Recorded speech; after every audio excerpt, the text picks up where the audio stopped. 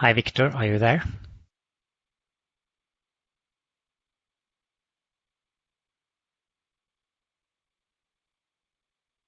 Hello, yes, this is Oh, Victor. hi. Hi. I'm just going to have a presentation, and I was checking if I got the presentation mode right. Can you see if I share it now? Yeah, you can share. Aranjana send it to you. Yeah, but do you see it now when I share it in the? No, that's not. Well, that's not ours. That's idea. Yeah, yeah. But I'm idea. Okay, yeah, sure, I can see it. Okay, Yeah. I was just checking the whether this is working or not. So it is working. Thanks. Well, yeah, I don't know if. So how do you load it up? Are you trying the same thing or?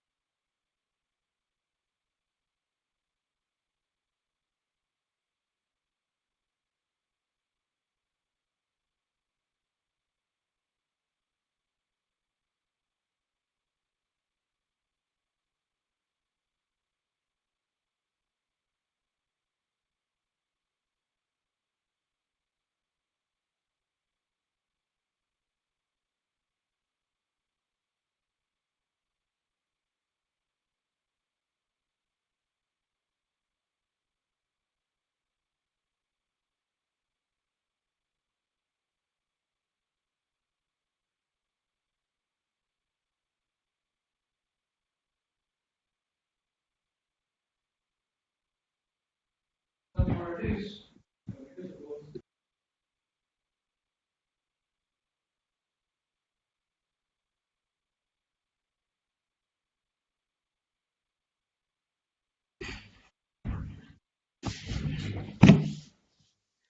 afternoon, everyone.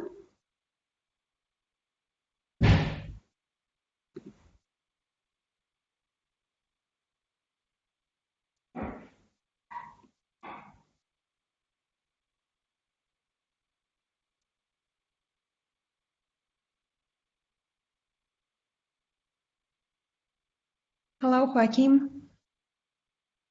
Let's give it a few minutes so that people can join from one session to the other.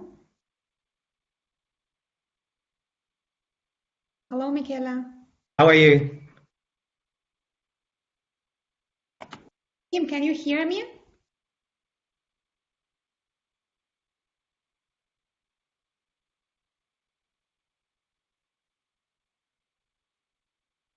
Michele, I cannot hear you.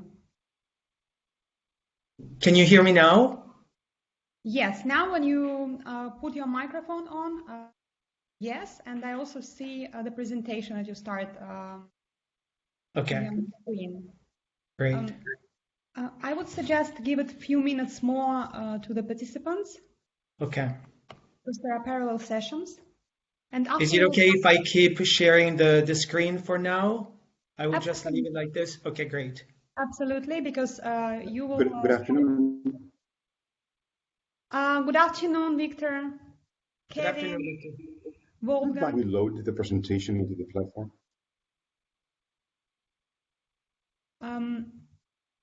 To the platform, to Hova.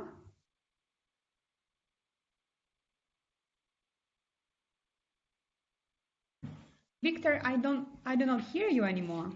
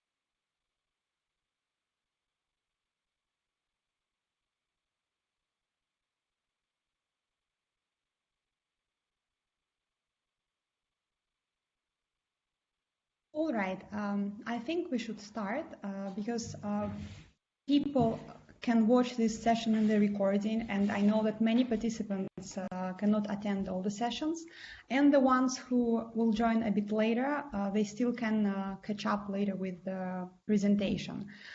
So I'm chairing this session. My name is Alena Lapo. I'm the board member of European Naval Society. And I'm happy to chair this particular session with the joint theme Evaluation for Social and Democratic Development, with two presentations from two presenters. And this theme is very much echoing the theme of the conference, which is legitimacy and ethics in evaluation and complexity. So we have two presenters, as I mentioned, Michele Torsila and Joaquim Molander. And we will start, yes, hello. We will start with the presentation of Michele, and after we will follow with the presentation of Joaquim. For each presentation, there will be 1 or 2 minutes after to ask clarifying questions about these particular presentations. Please kindly put them in the chat, those questions. Use the chat function, which is to the right in the upper right corner. I know that many of you are still adapting to the platform, to BlueJeans. And at the end of the session, we will leave a substantial amount of time for the discussion. So the first presenter, Michele Torsilla, I would like to pay your attention that all the bios and other materials of other presenters, including CVs and many references, also can be consulted on the platform Hover. But I will present our presenters briefly. So Michele Torsilla serves as a regional evaluation advisor at the UNICEF Regional Office for West and Central Africa. He is responsible for ensuring the quality, independence, and use of evaluation in all the 24 countries of the region. Michele has nearly 20 years of field experience and mostly leading evaluations and running evaluations capacity development programs in more than 60 countries. He has worked in 6 languages, including French, Spanish, Portuguese, and for the variety of international organizations, including the World Bank, FAO, IFAD, UNESCO, and UN Women. He provided technical assistance to numerical national governments. In terms of training, after receiving his master's degree on the Fulbright Scholarship from Georgetown University School of Foreign Service, he completed his PhD in interdisciplinary evaluation at Western Michigan University. Michele was a keynote speaker at several evaluation conferences, including AFREA, RELAC, Brazilian M&E Annual Conference. And he is also a prominent blogger, so you can follow him on Twitter and on other platforms. Michele also serves as associate editor of African Evaluation Journal, and he is building upon his past work and research experience. In his work, he is focusing on such subjects like child-focused evaluations, evaluations of unexpected outcomes, effective integration of gender equality into evaluation, and innovation in humanitarian evaluation and multidisciplinarity in evaluation. So please, Michele, floor is yours. You have about 27 minutes for your presentation. Great. Thank you so much, Elena, and thank you so much for all the colleagues who are attending the session today. I'm sure that many more will be able to access the recording. So this morning, I actually very early this morning or late last night, I launched a poll. So I'm not sure if all of you saw it. And I was just trying to figure out what is the level of practice of engagement with evaluation and with children and young people in evaluation in your respective work. So if you have not responded to the poll, it would be good if you could take a few minutes, maybe during the session while you're listening to me, or maybe at the end, so that at least we could look at the results. And I guess that the people who are here are the ones who are already converted to the cause in some cases. So there's probably an inherent positive bias to the engagement of youth. And this is probably some of you are here, but I hope that it will be more people just responding to the poll and realizing how they're not so much engaging in an innovative fashion with children and young people in their respective evaluation practice. So my presentation consists of 3 main parts. So the first part really focuses on why we should, as evaluator, engage with youth and young people and children. Then the second part is very pragmatic. So I'm going to share with you 3 specific methods that we have selected after reviewing many different publications and after holding many discussions with evaluation practitioners around the world. And then the last part consists of a few messages. I think there are 4 that hopefully you will take away with you once you come out of the session. So I would like to get to the first one.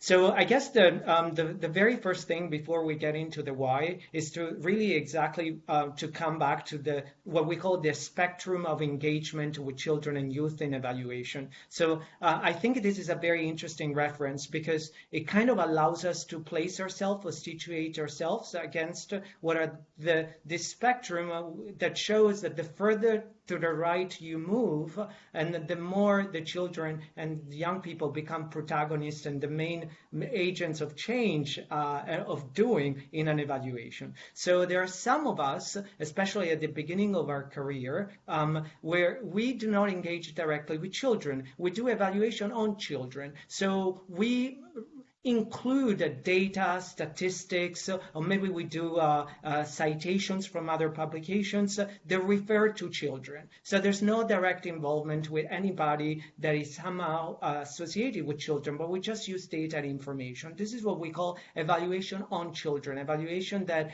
in a very non-engaged way refers to children. Then there's the second type of evaluation. These are probably the most common evaluations in many different sectors where we do not really engage with children, but we ask adults to tell us about children. So we engage with teachers, we engage with parents, but not directly with children. So these are the evaluations that we define as evaluation concerning children. Then finally, we have those evaluations where we engage a little bit more with children. And I think that this could be somehow dissected in two different parts. We have evaluations where we are engaging with children using methods that are traditionally used with adults. And unfortunately, this is probably the majority of evaluation with children. So we use focus groups and then sometimes, which is pretty horrific, interviews with children, knowing that it's actually the fun dimension of the activity that should be the priority or the priority criterion in selecting a specific methodology that could be defined as particularly tailored to the needs, to the aspirations, to the likings of children. And very few evaluators actually engage with children using methods that are specifically focused on children, which is exactly what we refer to as child-focused evaluation methods. And today I'm going to share with you 3 of such methods. And then, of course, we have at the very extreme of the spectrum what we call the evaluation by children. To some, this is kind of an ideal, even though there are some interesting experiences. I know that UNICEF, Save the Children, have indeed commissioned evaluations where the children were actually playing the role of the evaluators. These are case studies that are mentioned in many different textbooks and in some PDF that you can find that you can on Google when you look for engaging children in evaluation, but there's still very few. So it would be great if you could in the chat, based on your experience, so based on the experience of other colleagues, if you could share additional resources or some evaluations that seem to be belonging more to the right side of the spectrum than to the left. So why engaging children and youth in evaluation? I think that for way too long, we have been telling ourselves that we were, yes, engaging children in evaluation, and we were deluding ourselves that we were doing it right. But when we look at the different methods that are actually being used, then, I wonder very much what is the real sense or purpose in the work that we do in engaging with children.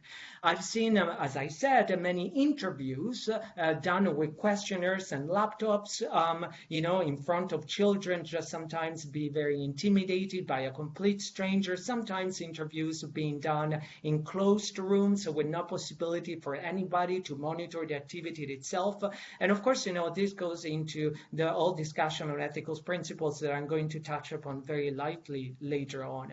But I think that what I've seen, just talking to a lot of the colleagues in many different countries, and then sometimes I was told that, well, we engage children if we are dealing with or evaluating children's projects. So, well, this is probably one of the first messages that I would like to convey. In order to engage with children and youth, you don't need to work on a children's project evaluation. Actually, the mainstreaming of this new way of doing things is to be mainstreamed in all different sectors and across the different evaluations that we're engaged in. And to some, engaging children is kind of cute. It's kind of a nice thing to have.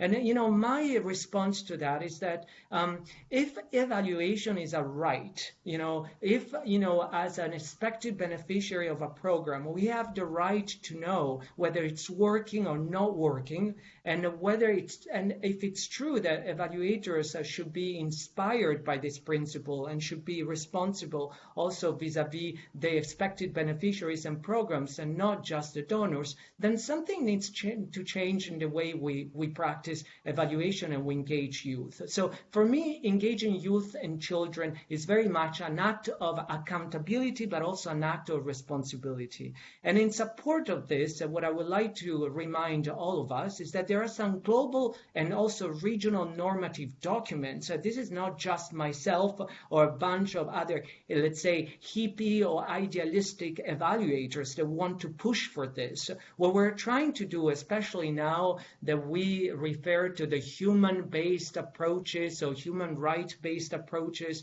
there's also a UNEG publication from a few years ago on the integration of human rights and gender equality into evaluation. So we also have specific evaluation literature on this issue. But I would like to really keep, the normative aspect. Over 30 years ago, there was the UN Convention on the International Convention on the Rights of Children, which last year, 2 years ago, celebrated its 30th anniversary. And on the other side, we also, since I work in Africa, I wanted to make reference to a regional normative framework.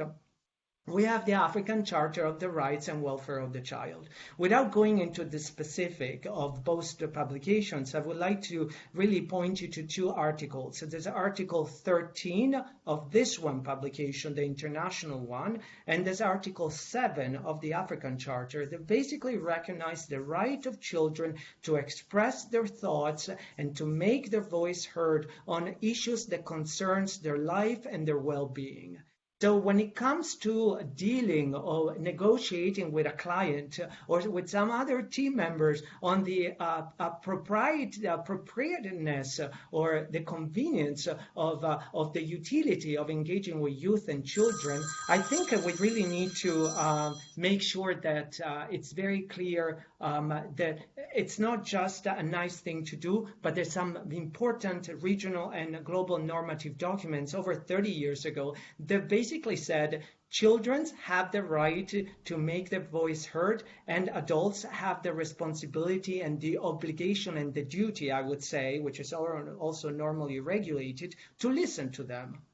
So now that we kind of covered why, and I mentioned that it's an act of responsibility, it's an act of accountability, especially given that this is a very interesting statistics. According to some UN statistics from 3 years ago, almost 47% of the African population is under the age of 25.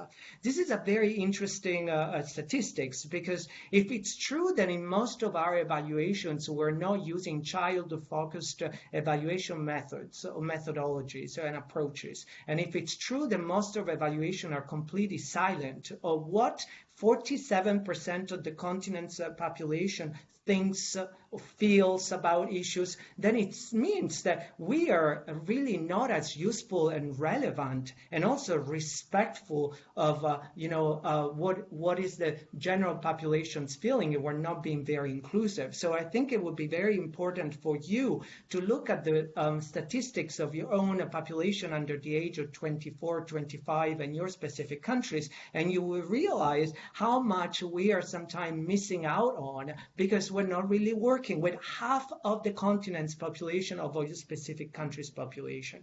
So let's look at some specific methods. If it's true, and if it's and I've been convincing enough on why we should engage with youth and children, let's look from a very pragmatic standpoint. What are some of the methods that we could effectively use to make that happen? And the two images that are displayed here refer to videos, the 3D animations that my team in Dakar and I developed. It took a very long time. We designed every single sequence of it, so we're particularly proud, but there was a lot of work.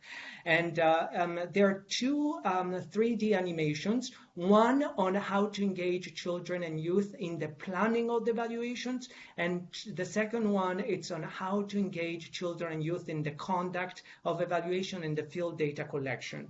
And if you go, I believe, in the chat space of this specific session, I shared with you the links for all these videos, because it's true that there are two 3D animations, but each of them comes in 4 different languages: French, English, Portuguese, and Spanish. I also cut and paste all the links into a PDF that I added this morning with my presentation to the sessions page. So if you would like to, hopefully if we have time, we can just watch one of them in English towards the end of the presentation. Yes. Before you will move to explain the methods which are following from your slides, I would like to say that I cannot see the links in the chat.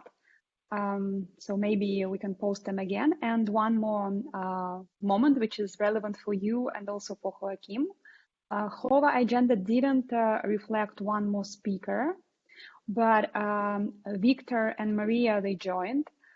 Okay. So I kindly ask Joachim and you maybe a little bit shorten your presentations. Yeah. I know it's difficult and unplanned, so that we can give some time to Sure. Victor and Maria. Sure. And Sure. apologies for this mismatch, but let's try to do the best of it.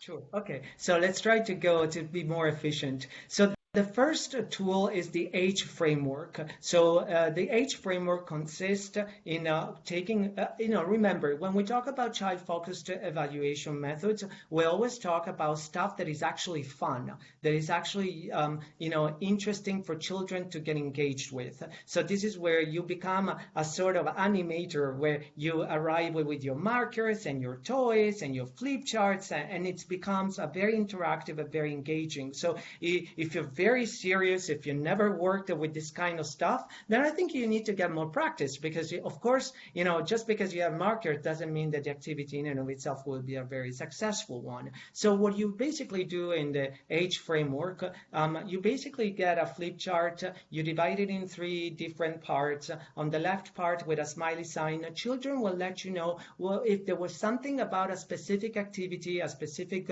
maybe youth group dynamic, etc., that they enjoyed very much. So you need to have a unit of analysis on an object, of your questions about what they think and what was their experience in terms of positive or negative, and you need to have the clarity before you start the exercise. And on the right side, on the right hand column, you basically have the experiences that maybe are the least happy. This is where the children will tell you something that they didn't really like about the project that is under evaluation, or about a specific policy, a specific activity, etc. And in the middle, you can either, normally you put a light bulb, and in the middle, in the central column, children will provide a suggestion, so based on the things that they liked and the things that they didn't like, on how to possibly improve the specific project or policy that you're being, discussing with them as part of this tool. So we use the H framework in many different evaluations. I just decided to refer to the Child-Friendly School Program evaluation in Togo.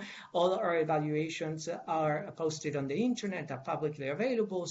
And I will be able to share with you the link to the specific report. So as you could see, this is in French. Togo is a French-speaking country. What was really interesting is that through this framework, we discovered aspects of the programs that we would have not discovered otherwise. For example, the adults had told us that the children had received a certain number of training, and that every year, once the new students came in, some refresher training took place. And they were also telling us, the adults still, that there was a lot of attention on the hygienic conditions in schools, etc. Well, the H framework really showed us that the situation was slightly different. Although there were many things that they particularly liked, as you could see, the left-hand column is full of stuff.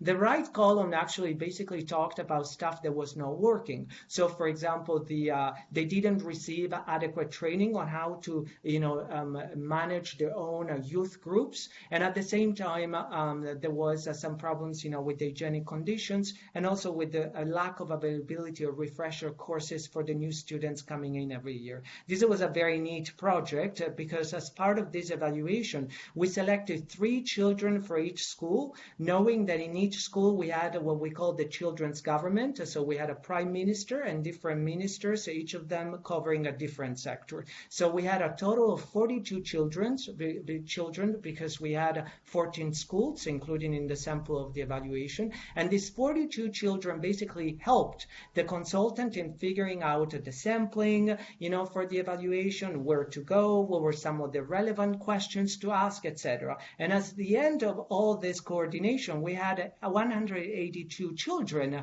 participating in age framework as part of the evaluation itself. Then we have body mapping. Body mapping is quite an interesting, intuitively intriguing tool. It's been used in a lot of conflict situations where you would ask children about feelings related to things happening to them and traumas. So we tried to simplify the body mapping exercise, and since we acknowledge that you need to have sometimes a kind of a very specific expertise, such as clinical psychology, children's psychology, etc., without venturing into the area, because we don't want to give incompetent people such tools and then probably do more harm than anything else, we decided to slightly revise the body mapping exercise. So as you could see here, we're still using the body, so to speak. In general, the way you draw the body, you ask one of the children to place him or herself on the floor on the chart, and then all the other children would just draw the silhouette around him or her. Of course, this activity will have to be done not indoor, it have to be done outdoors, so with the surveillance at a distance from teachers, parents, etc. So that at least when it comes to ethics, we're not really getting in trouble of any kind. And so basically, starting from each part of the body, in a real body mapping exercise, we actually look at about 10 different parts of the body, but here I'm just trying to look at 4. So in the case of our recent COVID-19 evaluation, we look at the ear, and we basically said, okay, let's start from the ear. So tell us, what do you hear, you children, people in your community say about COVID-19? And so we use the part of the body as part of this fun exercise as the entry point for asking questions that it would have been very difficult and very decontextualized to be asked through a more generic or trite as usual focus group discussion, or even worse, an interview. Then we have a visioning exercise. The visioning exercise basically allowed me, this is something that you could use in an evaluation, especially when it's being formative, but also in a summative evaluation where you have to make recommendations of the next few phases of a program. So instead of asking children, what did you like about the different playgrounds where you were being, where you were spending your time, what are the things that, this is a question that I asked, that you would like to see in the background, right? And so I also use this exercise to just a second. I also use this exercise to gauge a little bit of a sense of the dynamics between the boys and the girls, because again, the adults had told us that there was a perfect sync between the two groups. But then, during the visioning exercise, remember we are in a Muslim countries. Some of these children also go to Quranic schools. There are some cultural norms, etc., that come into play. Some of the children said we want separate schools, so we don't want to be with girls in the same schools. And so this is why we were just getting also some very interesting feedback on the effectiveness of some of the work that we were doing. And Michele, I guess Michele, just your time is actually already almost up. Maybe we can discuss more things at the end. So just concluding the messages, please. Great, thank you. So the messages is trying to engage further, and definitely intentionally ask yourself for why, and use all the normative documents and all the other reasons, and ask yourself about the sense of accountability and responsibility. The message to please goes beyond the usual suspects methods that are very adult-centered, like focus group discussions and interviews. Definitely a big no-no when you deal with children and youth. Then, of course, there's a whole website, a UNICEF website, very well recognized by many, on the ethical guidelines that we have to follow very strictly in doing this kind of a job, because there's a sense of responsibility there as well. And I'm going to be sharing the links. And then also, let's recognize if we have no prior experience in dealing with this kind of specific population group, let's recognize our own limitations. But instead of just seeing it as a limitation not to go into the field, maybe try to study a little bit more, try to consult on more guidelines, try to read more publications, and get more practice also in your own family, with your own children, with your children's friends, before you actually go to the field and replicate these methods with the risk of actually doing harm. And as I said, that there's also these 4 video, there's actually 2 3D animations in 4 languages. In the presentation, there's a link to it. I'm going to repost the links, and there's also the poll. So please get engaged and let us hear back from you. And I'm also launching 2 different international competitions. So I'm going to share more information on that, where the people that have the most interesting stories or insights on how to engage with children and youth will receive a prize to attend the African Evaluation Association Conference and the African Francophone Evaluation Summit. So thank you very much, and I look forward to the questions from the audience. Thanks. Thank you very much, Michele. I think we will skip clarifying questions, taking into account the situation that we also have Maria Elena who will present.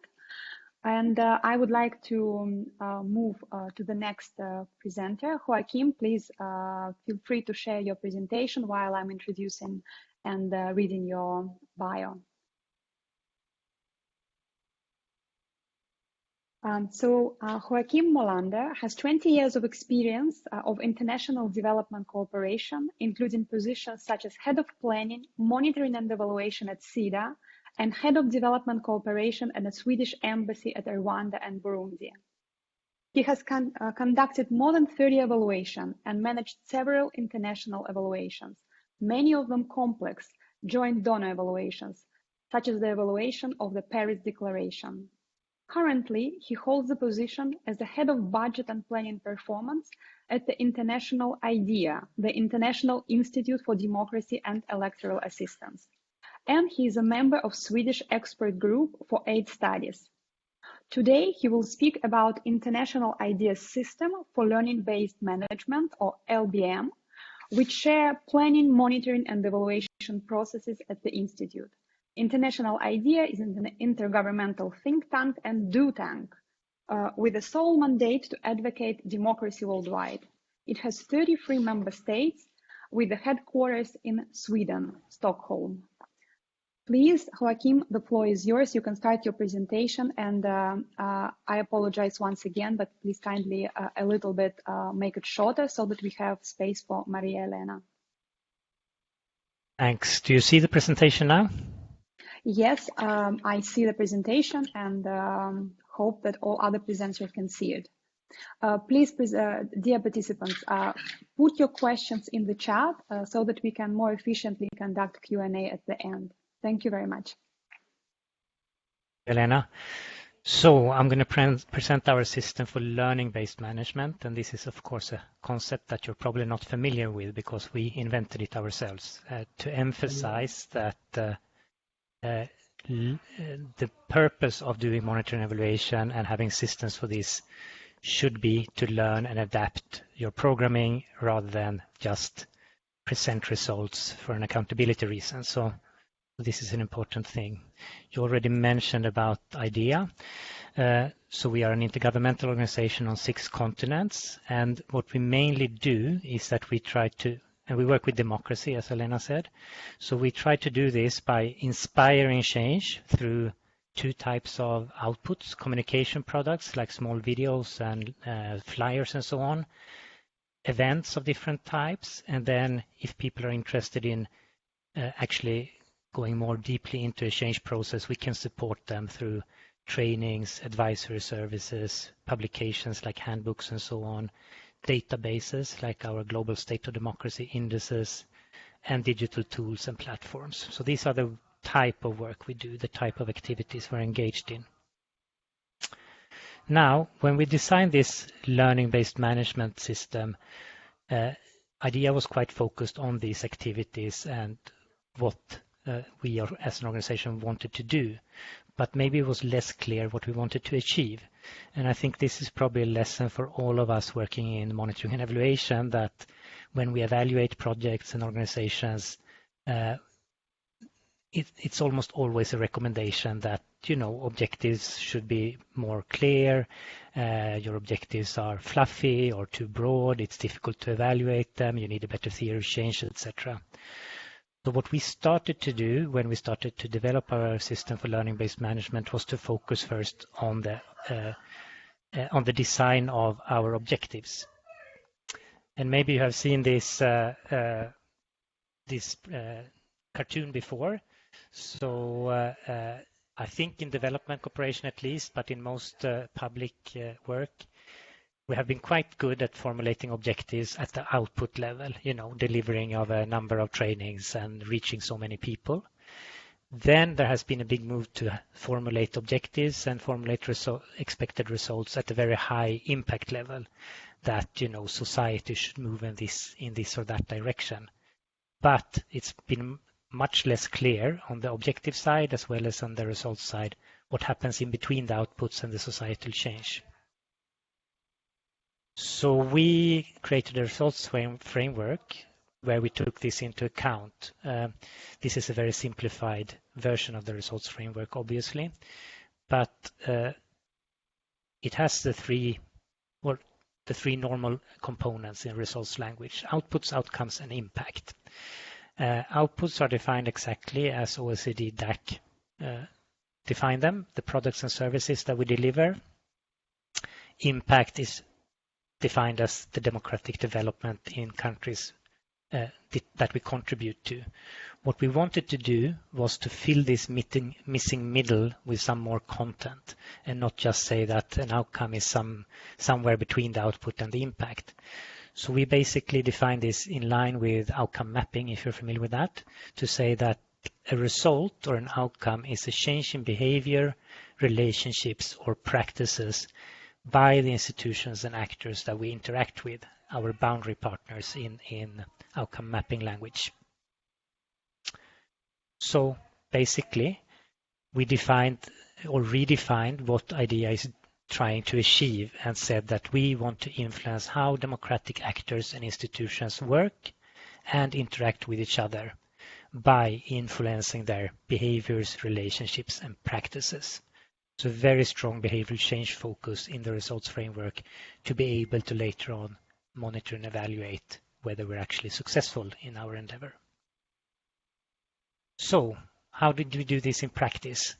First, me and my colleagues, Wolfgang is here, he's one of these colleagues. We went around our 6 offices in our 6 continents and asked people, who are you actually working with? What type of institutions and actors are you working with in your projects?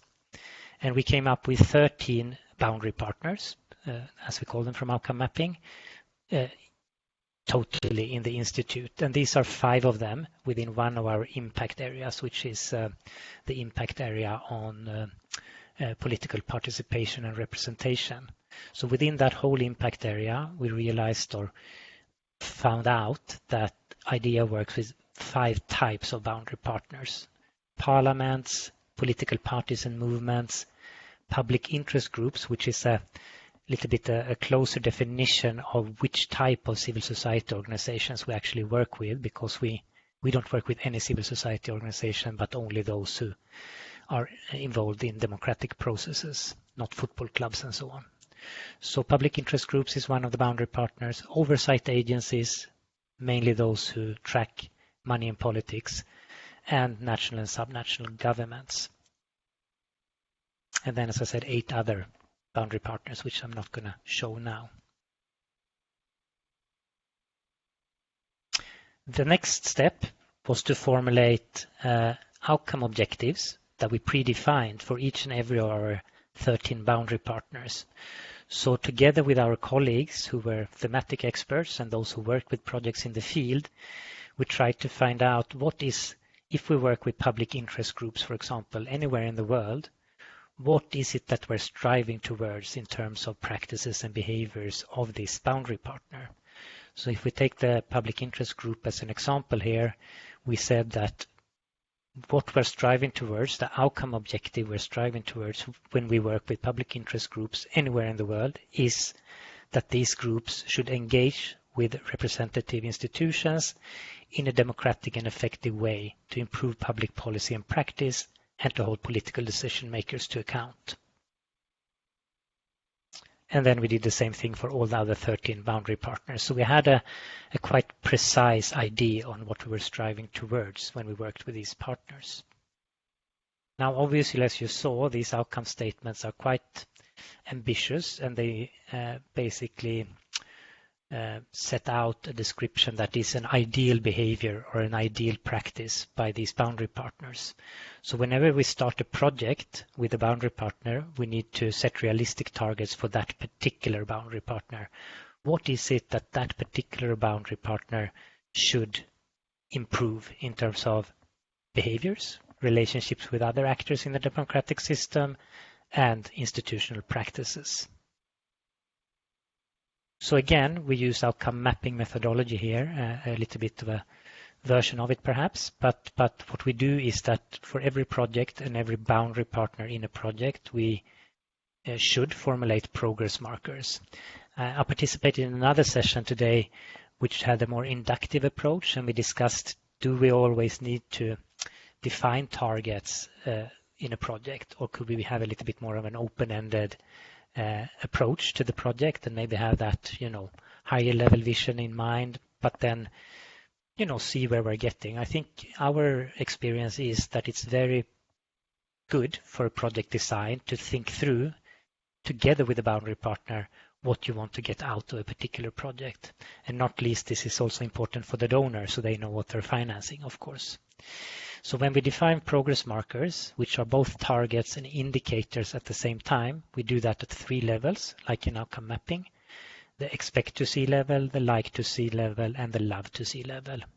And the expect to see level could be that we formulate these targets or indicators on, for example, what we want the boundary partner to increase awareness about, what kind of skills and knowledge they should develop or strengthen. And also maybe what would be a sign of some first steps towards change. At the like to see level, it could be more about actually observing and seeing the boundary partner to start to change behaviors and relationships and invest time in these changes. And at the love to see level, we would love to see our boundary partners develop sustainable practices like policies and procedures in their organizations that will, make the changes of the behavior changes that hopefully occurs more sustainable, and maybe also that they lead and influence others. So progress markers could then look like this. You would have the outcome objective, which is predefined on electoral management bodies, for example, which is one of our boundary partners. And here you have 5 examples of typical progress markers that we could formulate for that project. So you would expect to see that your partner actively participates in meetings, for example. You would like to see electoral management body to be open to criticism from political parties and from civil society. So these could also be typical targets that you set out for a particular project with them. And you would love to see that they establish more sustainable practices to increase transparency. So these progress markers would go into the results framework, and we will track them during project implementation.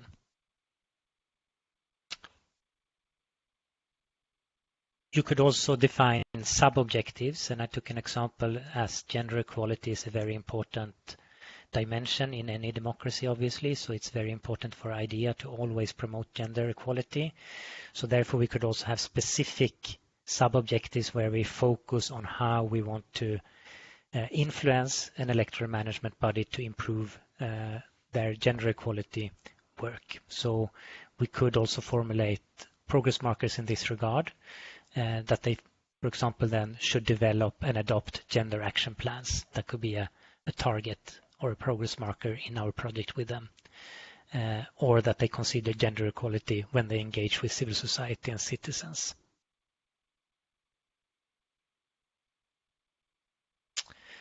And importantly, of course, ideally the boundary partner should participate in the formulation of these progress markers. They should be engaged in a process where you discuss together with them. So what do you want to get out of this project? What do you think you can realistically change during the course of this project? And what would you yourself expect to see, like to see and love to see to get out of this project? So of course, they should be engaged in this process. This is sometimes difficult from a fundraising perspective, that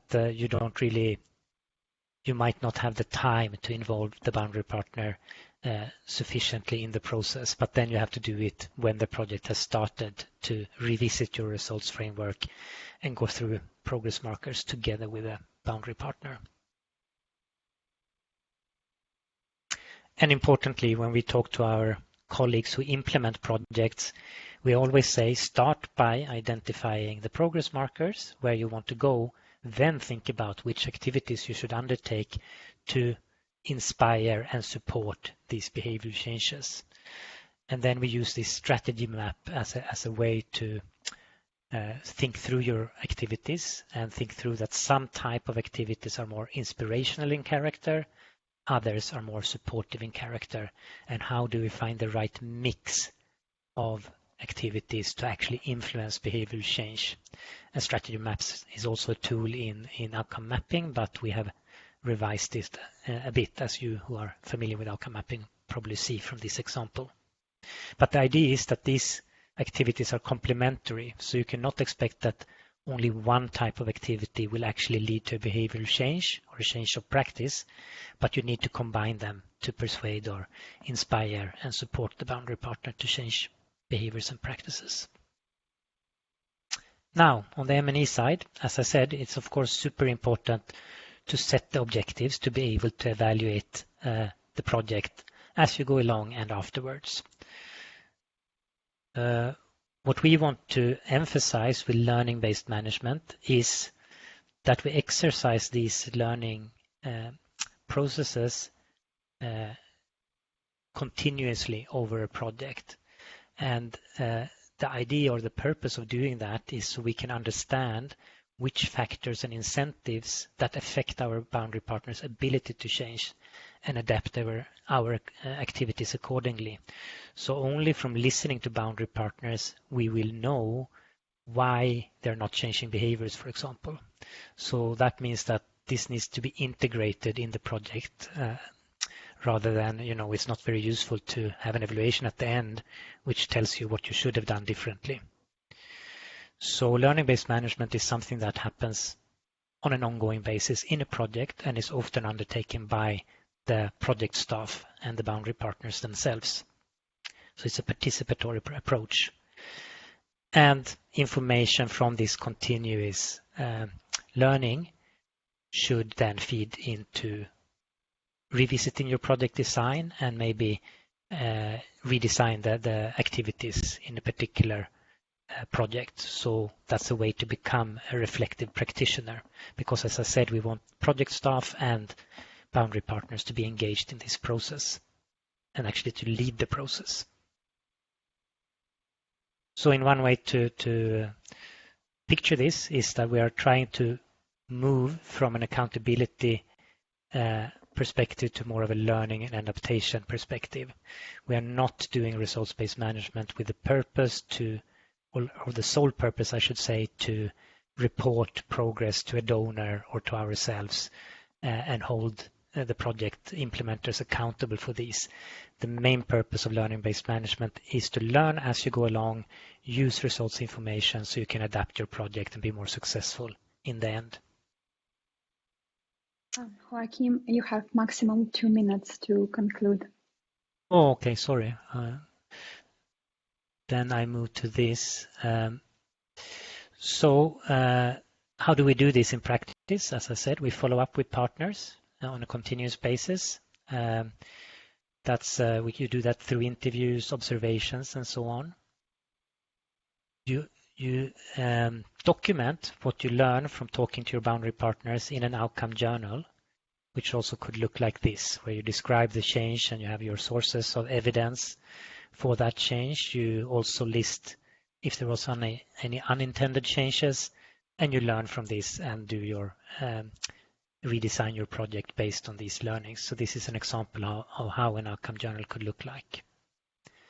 And we can also on some, every 3 or 6 months harvest outcome stories to see what have happened in the project, what are the outcomes we have seen so far, what are the lessons we can learn from these outcomes or lack of outcomes. And again, the boundary partner should participate in these exercises and be active in the data collection and in evaluating the results of the project.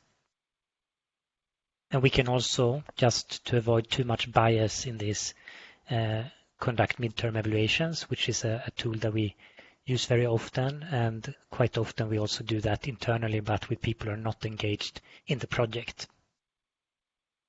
To again, with the whole purpose, to think through again the mix of activities you're undertaking, put them up on the table, and make sure that the activities on the project in the future will be as effective as possible to influence the change of the boundary partner. So this is what we call instrumental use, but also to use our learnings in a more conceptual way, to actually utilize the lessons learned, the generic lessons learned by different boundary partner types or projects, to generate new knowledge products and feed that knowledge into new projects on the ground later on.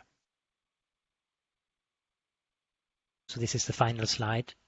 Maybe I should not go through it in detail, but we have a whole toolkit for this. So what we did is that we have defined, user guides, project management procedures, our ERP system, and everything is linked to these standardized outcome objectives, to the boundary partners. So you must design a project with a boundary partner in mind, which links to an outcome objective, and so on. So we have tried to have a system that helps people to design projects in a useful way and in a good way.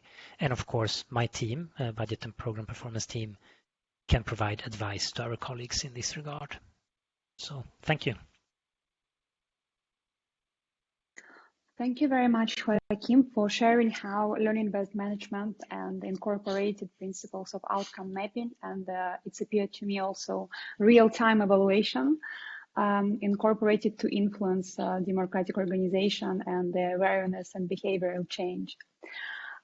Once again, remind to all the participants that please put questions for Joachim and Michele in the chat if you already have them, and we will try to respond them at the end of this session.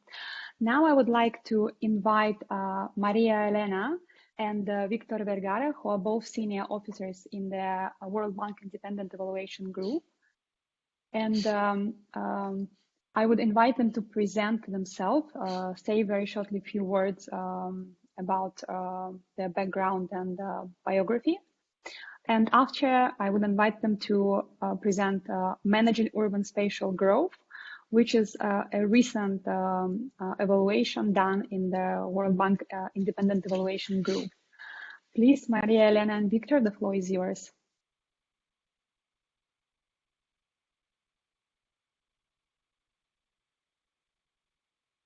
Thank you, Lina. Can you hear me? We can hear you. We can see your presentation. If you would like, you can put it on the slide view, on the presenter view. I am trying. Yeah, just a second. Can you see the presentation? Yes, I think if you will go to the lower right corner, the next to the right, even more to the right, even more to the next one. Yes, this one would allow you to have the slides fit to the screen. Okay. Oh, actually, maybe not. Maybe not. No.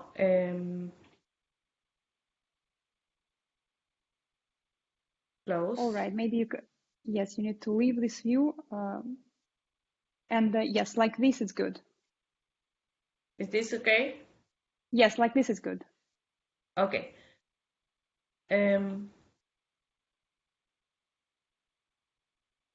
Just a You second. have about 15, 17 minutes so that we can leave some 10 minutes for questions at the end, but definitely Okay. no more than 20 minutes.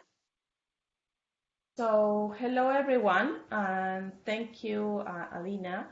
As you said, this is a presentation on the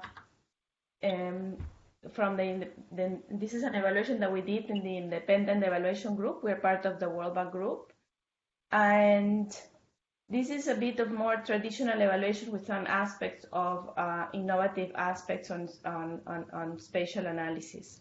But we will go through the evaluations and the findings and the recommendations. We have divided the evaluation in 4 parts. I will go through the challenges that we're trying to look after and to thought in the evaluation, and also the methods, and then Victor Vergara will go on with the findings and recommendations of the evaluation. So essentially what are we trying to see is what do cities need to grow equitably, sustainably, and build resilience, and what is the World Bank Group doing to support countries to enable to do this. By the year 2045, cities will be home to 2 billion new residents. So this poses a big problem because we need to accommodate Maria them. Elena? Yes? Just one note that we cannot see the presentation anymore, so the sharing screen need to be adjusted. Okay. We can see the black screen. Yes, now we can see the presentation again. Now you can see it? Yes, now we can see it. Okay. So as I was saying, by 2045 there will be a problem to accommodate new residents into cities, and this will require large scale development of land around urban areas. This in particular will be affected in lower income cities that face the greatest challenge since they tend to grow through slum and through informal settlements, which is equivalent to disorderly growth many times. In 2014, an estimated 880 million urban residents lived in slums compared to 792 million, just to give you an idea of how the cities are growing. This evaluation focuses on 3 determinants of managing urban spatial growth: land administration, land use planning, and land development. There are other determinants, but this evaluation focuses particularly on these 3. And with land administration, just very quickly to set the stage, is they aim at establishing, recording and disseminating information about ownership, about land use and its associated resources. It helps create the functioning land markets, which are crucial for the development of cities. With land use planning, we help, which helps the allocation of land to private and public uses, and the aim is to help regulate the use of space, including the physical aspect, economic functions, and the location of different activities. And then we also focus on land development that looks at the transformation of land through investments. It shapes how land is used and how it evolves over time. It defines how productive and inclusive cities are and will become in the future. These 3 axes are key determinants to manage urban spatial growth. So we looked at the World Bank support to see how the World Bank is helping countries to address these issues. The evaluation in terms of methodology used a mixed method approach. It is based on a portfolio of about 500 lending operations, and also within this, we try to focus on 250 projects in 19 countries. during the years of 2000 and 2019. This review was complemented by an analysis of corporate and country strategies.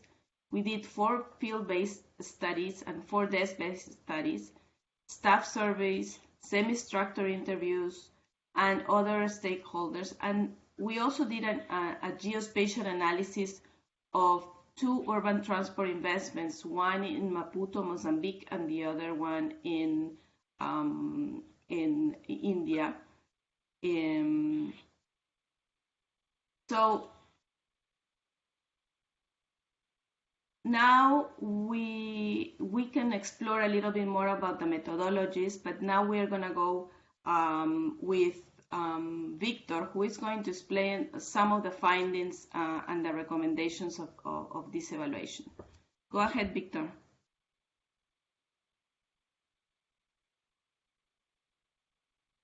Hi, Malena. Yes, can you hear me? Yes.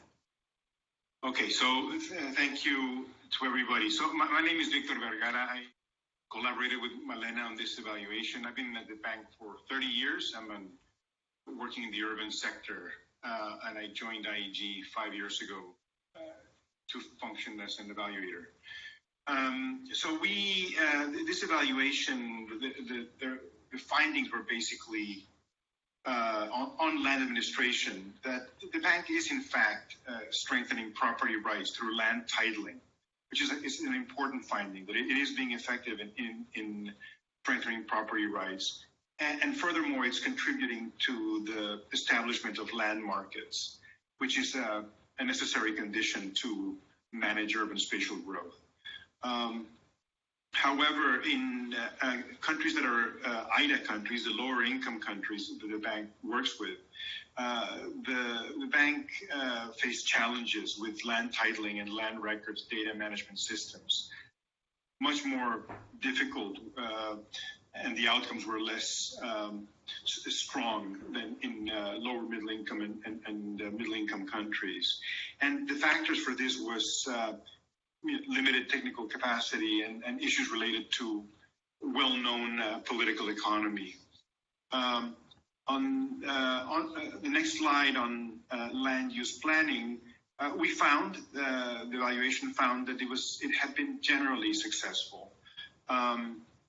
However, the big finding is that more support is needed in implementing land use planning tools that focus on preventing the emergence of slums and informal growth, to ensure that the poor have better living conditions.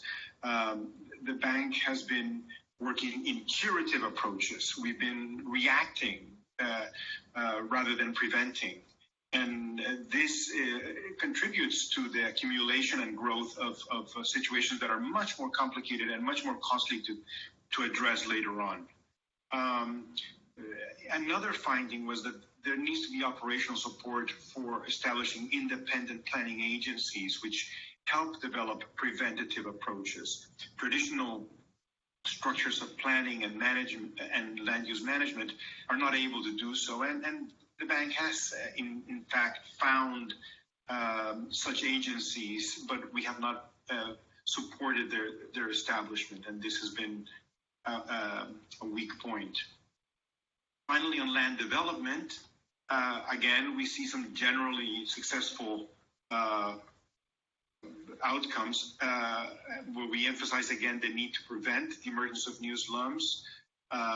There is a need to systematically consider land prices and land markets in urban transport projects. We have basically focused on the efficiency of transport projects and not on the way that transport projects generate land development. And this has been a weak point. And so we have made that recommendation, which we'll talk about it later.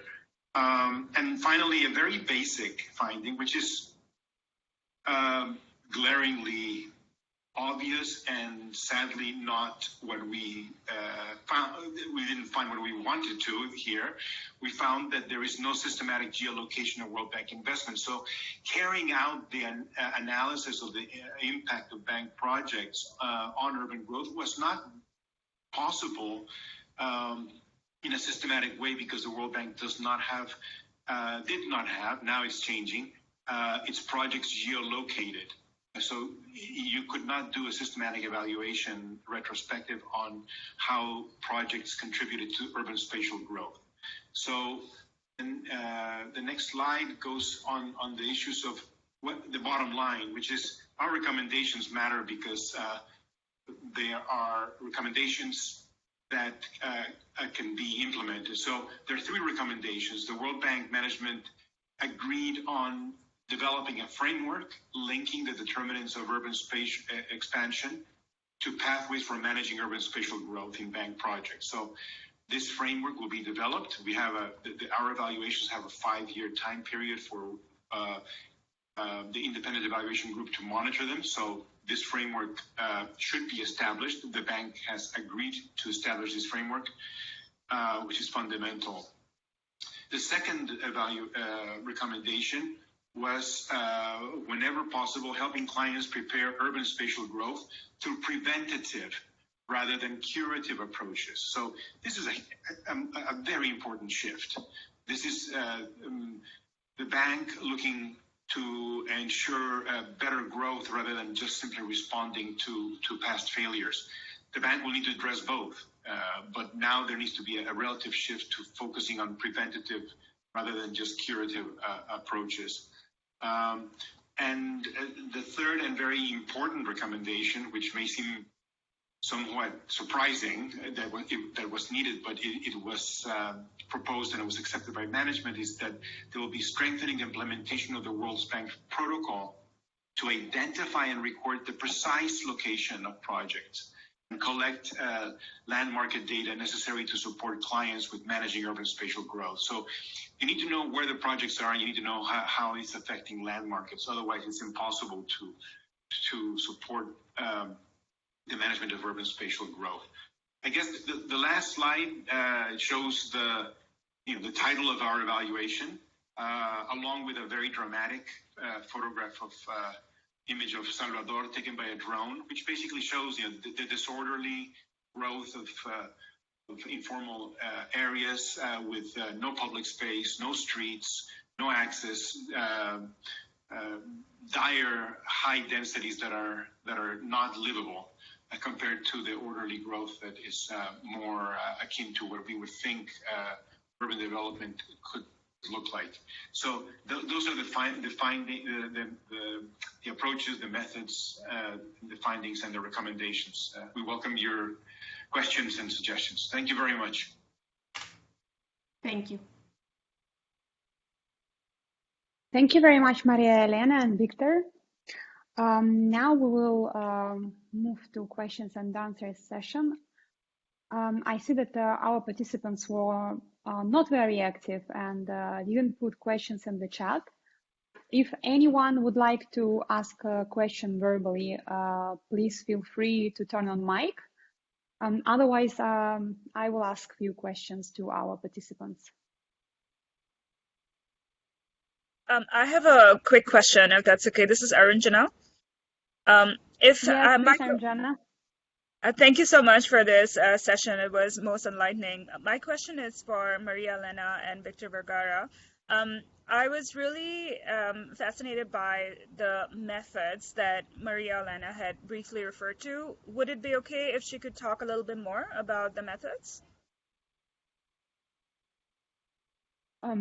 Well, I think yes. A few minutes, Maria Elena, floor is yours, and after we'll have a question to Joaquim and Michela. Sure. I want to refer particularly, so we focus on a mix of traditional methods, but one particularly innovative method was to do a spatial analysis of two road corridors, and that required a lot of work in terms of collecting data that should have been collected at the start of the evaluation or at the start of the project. And so starting from knowing where the infrastructure is was a challenge, and then and then to understand what we try to understand what have been the changes around the area of support. It focused on vertical and also horizontal change. So whether that corridor allowed more growth in terms of more buildings or more floors into cities, or it allowed also horizontal change in terms of more, not just the more houses around, but more businesses and more, and it was more prosperous. That required that we focus not just on the corridor, but we had to find a counterfactual, and through a lot of the different data collection and satellite images, as well as machine learning, we were able to predict or to understand what has been the changes, whether horizontally or vertically, in both in Maputo and in Mumbai, India, in Maputo, Mozambique. This is quite interesting, and have also called the attention of many people in operations who want to. This allows them to measure beyond just to see whether the infrastructure was built, but what have been the effects really in the city. So this is something that the bank is in an area that the bank is lacking. And so they are very keen on our methodology, and we are now talking to them to be able to implement this more broadly. I don't know, Victor, if you want to add to that. Thank you. Yeah, I think that a big issue is that in transport projects, the traditional approach has been to focus on the time savings that have been generated by transport infrastructure, and they have not focused on the impact on land use. And this has been a big debate in the valuation community for many decades. And I think now we're turning the corner to realize that there's a recognition that land use impacts are of fundamental importance to be measured in understanding the value of an impact on projects, on places and people. So I think this evaluation demonstrated that, and we're seeing also that land use has now also been included in the theory of change of projects, which is a fundamental achievement through this evaluation. At the same time, while the evaluation was taking place, we were discussing with operations. So I think that the introduction of land use in the design of projects and evaluation is fundamental. So the methods revealed the need for this. Thank you. Well, thank you very much. It was actually very interesting to hear the part about methods. So thank you, Arinjana, for asking this question. If we would have more time, I would ask the question that many participants from different webinars that I was moderating asked about implications of geospatial analysis, like what it takes, and in terms of time, and in terms of user friendliness and technical skills. So you can think about this, but in the meantime, I would like to ask a question to Michele, unless there are participants who would like to turn on their microphone and they have the question ready for Michele.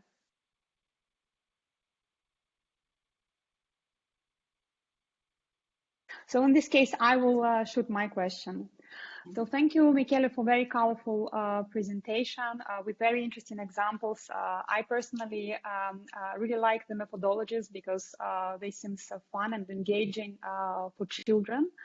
But as an evaluator, I'm curious to know how the data collected from the data collected with children and like by children actually change the findings in evaluation. Did you feel the change in the findings and the messages, and how drastic was this change? We cannot hear you, Michele. Please turn on your microphone. Sorry. Yeah, thanks for the question. I think there's an important distinction to make between the evaluations with children and evaluation by children.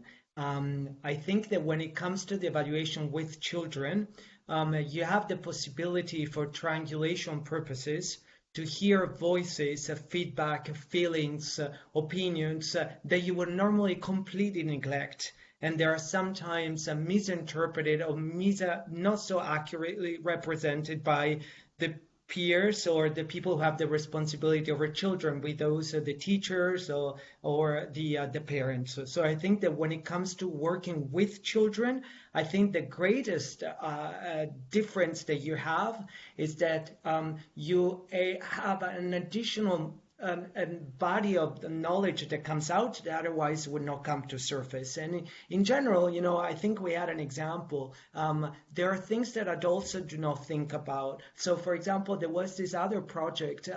It was a child-friendly space project. And I don't remember the country right now, but we got inspired by this example for one of our 3D animation. And I remember the adults were very worried about the compliance of teachers with the new pedagogic approaches. So there were some questions in the terms of reference that were very sophisticated in the adult sense of what sophistication is all about. But then the children, when we got them involved in the development of the terms of reference, they come up with questions we would have never thought of. For example, to what extent was the fact that the activities promoted as part of this program ended later in the day, because we were trying to, based on this new methodology, to get children stay more time at school. And on the one hand, whereas the adults were very happy and very proud in their level of sophistication and their academic preparation about this methodology, the children were saying, we are forced to go home a little bit later now, and sometimes it's dark, and we don't like that. So I think one of the questions that you need to ask is, are there ways where we could get home earlier? I know it's just a very, I wouldn't say stupid, but very small example, very niche example of the kind of light that you get into the understanding of a program and on the questions that should be asked that are relevant to those that are not considered users on evaluation, in general children.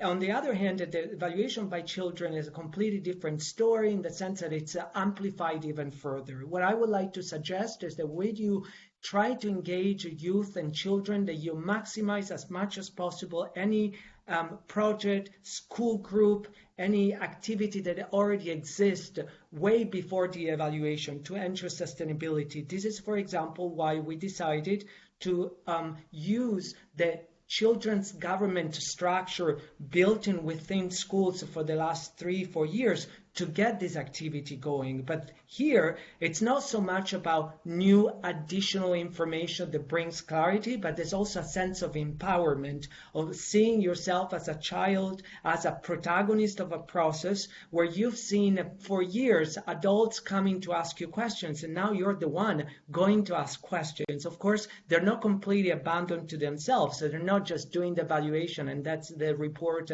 There's always the adults that jump in the process, but their role is very circumscribed, and I think the perimeter of where an adult could go, it could not go, in terms of letting children run the activity, they're very clear, which is not always the case in other types of evaluation. So I hope that I responded to your question. Thanks. Yes, you did, and very much in detail. So thank you, Michele.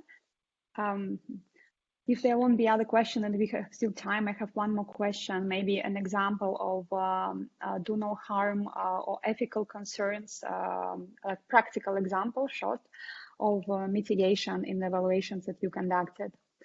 And now I'm turning to, from the presentation, you mentioned and described the IDEAS tool of learning-based management, and I was wondering how actually the democratic partners and the boundary partners react and perceive the proposed tools, and especially all the detailed tools which help them to follow this learning journey. What were the feedback and the impressions? Thanks. Yeah, that's an important question, of course. I should say, I mean, we have not worked with this a very long time, but we have, of course, some feedback, and just I didn't talk a lot about that, but just getting all colleagues to adopt these practices and implement them in projects is an endeavor in its own right. But nonetheless, we have started to use all the tools in some projects, and I would say, I mean, generally, that if you look from the boundary partner perspective, they are, of course, quite happy about being involved in designing objectives for themselves, so to speak. I mean, that might seem a little bit uncomfortable that you actually ask your target group or boundary partner what they want to get out of the process. But on the contrary, I think that's a super important step in the project design, and it's usually not complicated. Even if we talk about, behavioral change and their own behavioral change, you might feel awkward, but I think all of us realize when we work in organizations that we feel there are things in the organizations that are not working the way we would like it to do. So we might be quite happy to be able to discuss with someone, an outsider, what we can improve in terms of our practices and behaviors, if you like, as an institution, maybe not as an individual. So I would say normally this is quite easy to do. It also depends a little bit on, I must say, the donor and how the project comes about, because it's really important, as I mentioned quickly in the presentation, that you're able to co-design the project at an early stage. If the donor just decides we're going to do a project on this, and then they ask IDEA, for example, can you do this project, and it's not been properly discussed with the boundary partner, it might be a more difficult situation. And I have experienced that, and that was even with the parliament. So we talked to the members of parliament, who of course have quite high power, and they were not really involved by the donor in the project design. And then we came in and started to ask what they want to get out of the project, and they hardly even knew there was a project coming. So then it becomes, of course, very tricky to work with this. And then in terms of the monitoring innovation tools like the outcome journal, is still early days for us. We have one project in Nepal which uses this continuously, and they have been very happy about it so far. The design of the project is also such that it's quite possible to use tools like that because we have mentors who are working very close with the boundary partners out in villages, so they can help in this process, and they're very close to the changes. So it's easy for them. So I guess it also depends on the project to what extent you're actually able to use things like outcome journals and so on. But so far so good, and I think the really important part, like also in Michele's presentation, involving your partners in the design of project and in monitoring and evaluation, I think is really useful and most of the time very appreciated as well. Thank you very much, Joaquin. Of course, it's fascinating how more result-based management shifts into learning-based management, and I personally would like to see more examples with feedback from partners, maybe in the next conferences, where you will have a chance to share the learnings. So I'm coming back to Maria Elena, and would you like to respond to the previous question that I posed about what it entails? Because one part of the methodology mentioned by Victor, which was more innovative and looking wider, it's actually taking into account urban planning beyond the normal, more standard metrics for transport projects.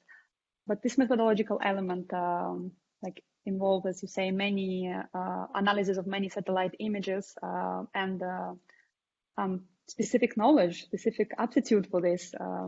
So how did you manage this, and what would be advice to other people who would like to, other evaluators who would like to do it?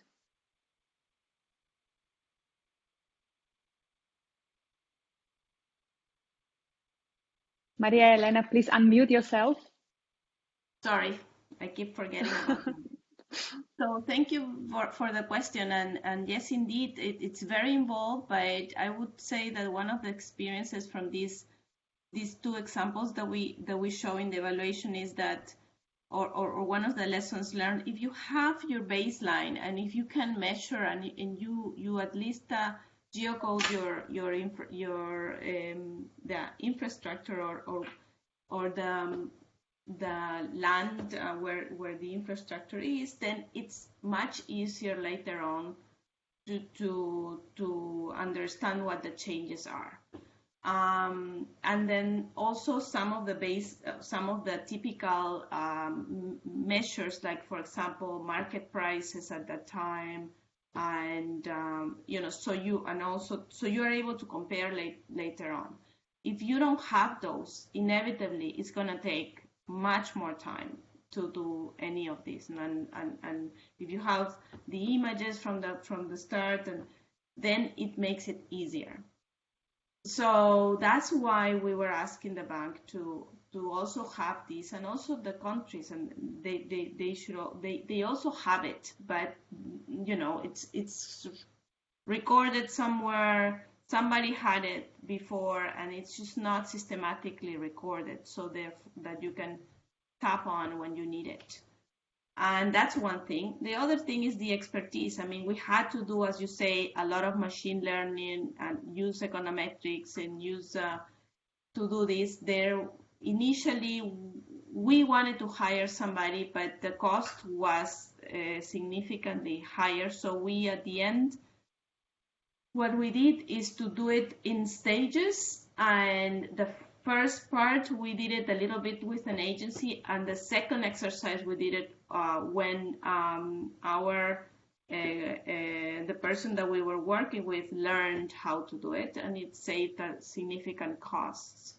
So yes, it is very costly. It takes time and at the moment, but I would say that this would be significantly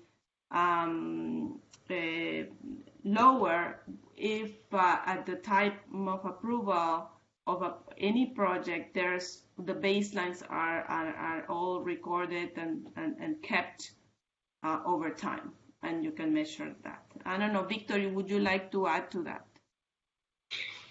I think you explained it very well. I think that there's a fundamental shift, and there's a need to do geospatial evaluation. And this implies a shift in the talent of evaluators. You need to have evaluators that understand and know how to work with geospatial data. And this is a reality. It is not rocket science. It requires special skills that can be gained through not very sophisticated necessarily training. There are, it's a technical nature. So I think this is the new reality. You can't just have traditional old evaluation techniques to try to understand how cities grow. And so you need new skills. That's really important for a lesson for IAG. Thank you very much. Thank you. Thank you. Thank you very much. So we have like 4 minutes. Michele, if you would want to respond to the question like in 2 minutes and after we close, because those type of sessions need to be closed in time because the other session will start immediately.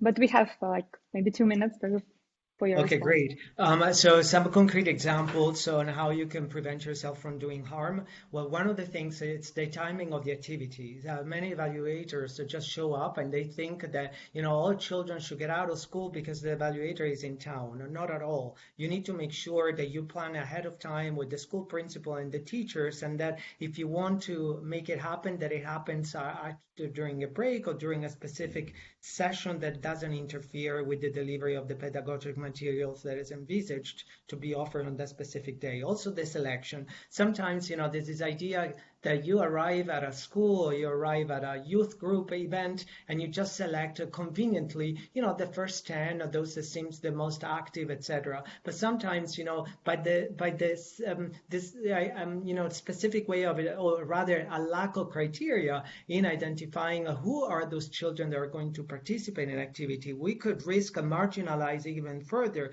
some of those children, like the albino children or the children with disabilities, are always in the back, and sometimes, very voiceless, even more voiceless than the other children that have no disability. So I think some kind of a quota sample or quota sampling, strategy needs to be guaranteed whenever you do the work, and not to marginalize further some of those children that unfortunately do not always get the space to be at the table. Probably the consent, we think that just because we have 2 hours and then we have to move to the next community, we don't have time to get the consent from anyone. Wrong. So what we normally do, we try to have a group meeting with teachers. There are some refreshments, of course, being available just as an incentive for people to show up at a time that works well for them, because we cannot assume that because we are UNICEF, then, we are good people and therefore we don't need the consent from anyone. And of course, the last thing is, like, they could leave at any point in time. And just because you worked so hard and you have refreshments on the table and you have your flip charts and your markers ready, doesn't mean that the activity has to go until the end, because we have scheduled 2 hours of time and the children must. If a child is not having fun as part of the activity and wants to go, then, we need to let them go. It's their right. So I think that this is also a principle that sometimes is not very clear, because we think we're the adults, we're in charge, we're already here making efforts, so they need to make theirs. So these are some, for examples, of how we can mitigate this, the data collection related issues, not to do further harm on our the people that we're working with and the groups that we're working with. Thank you, Michele. I'm sure that those examples will be appreciated by our participants and people who will watch presentation later. I would take our time to conclude, because we have 1 minute. So thank you very much to all the participants and presenters. The topic, which is social and democratic development, while your presentations are so wide, it's still linked by one of these topics regardless, despite the fact that Michele and Joaquin were speaking how to engage more partners and wider groups of stakeholders into evaluation, monitoring and learning, while our World Bank colleagues, Maria Elena and Victor, they put a lens on wider aspects which concerns transport projects and what it can bring, touching such subjects which are very sensitive as land titling. So thank you very much. Please put your materials in Hover, your presentations or articles, if you still didn't do it, so that our participants can go back and have a look. If you have any challenges, please drop me an email and I will help you to do so. So once again, thank you very much. Have a good day and a weekend ahead of us. And enjoy the rest of the conference. Goodbye. Yeah, bye-bye. Bye, thank you. Thank you, bye. Bye-bye. Goodbye.